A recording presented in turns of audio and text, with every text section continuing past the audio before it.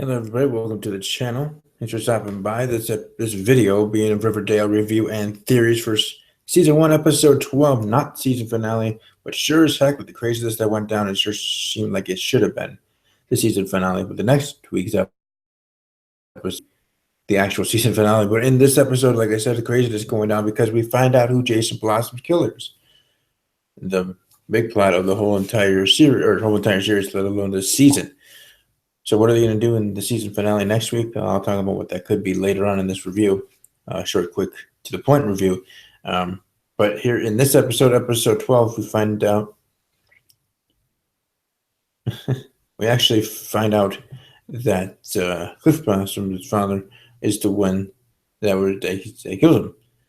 I know in my prediction last week I said Polly was my official prediction for who I thought the killer would be. Cliff, as son of a gun, wasn't even in my top 5, wasn't even on my radar for to be the killer. Just wasn't. I don't think.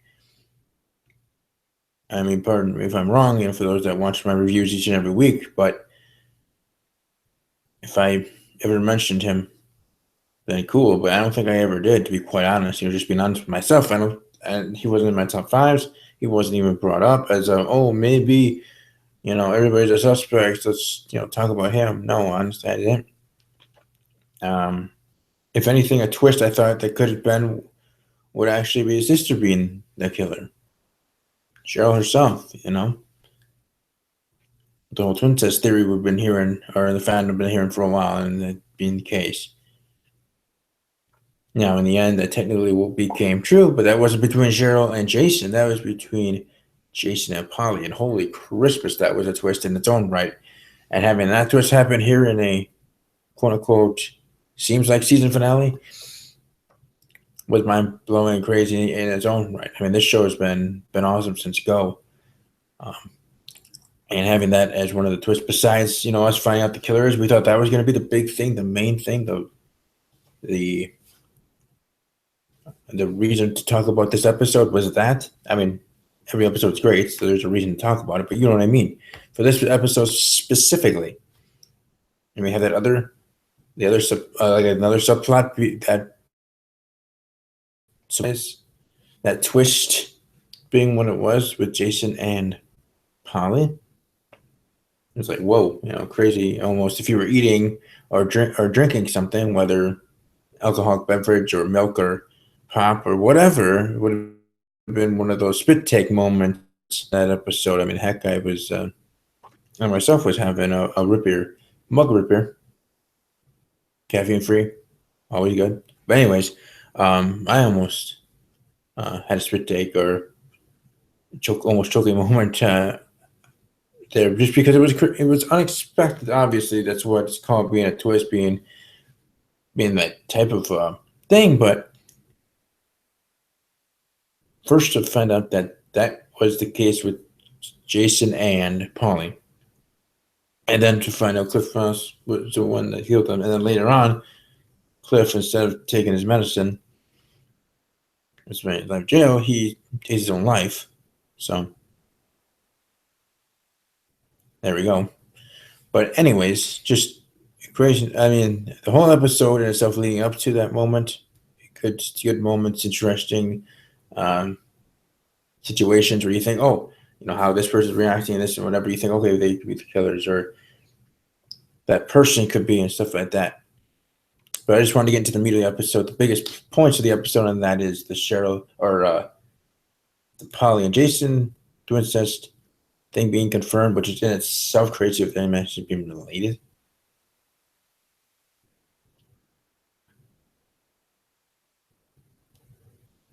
And then Cliff Blossom, I just found out that he is the one.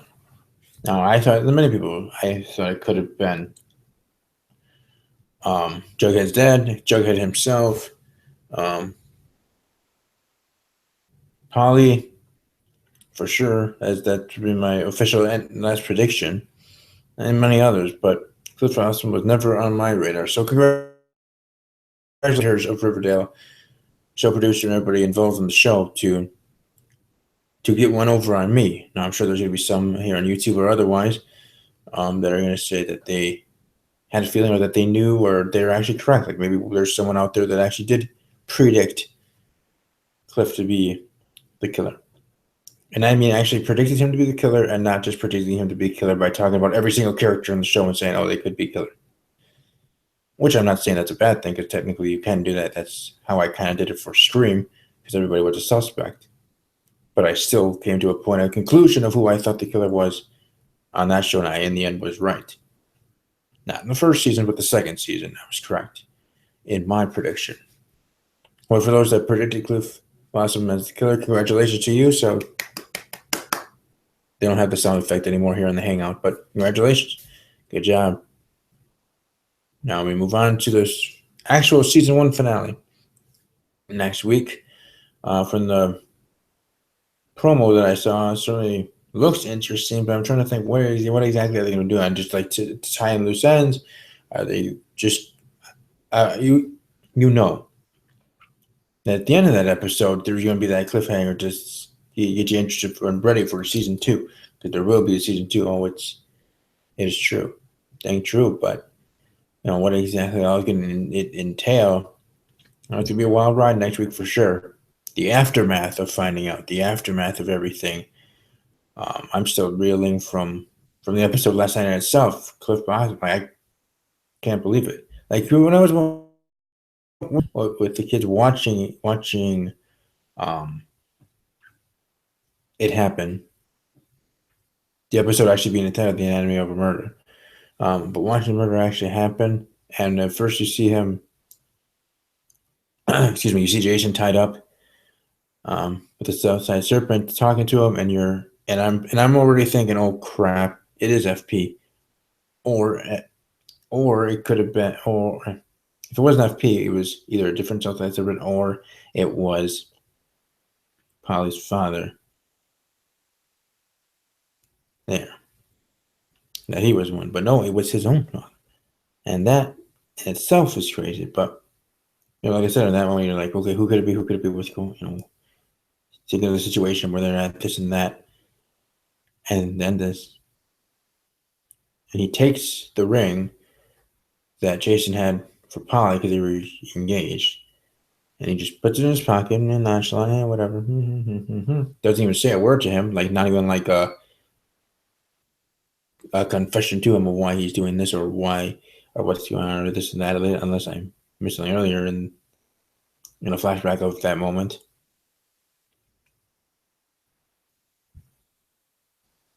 And then point blank shoots him. But yeah, crazy episode. Awesome episode. Like I said, I like the unexpectedness of finding out who it was or someone not even on my radar. And I would assume not on most of your radar, if you're honest with yourselves.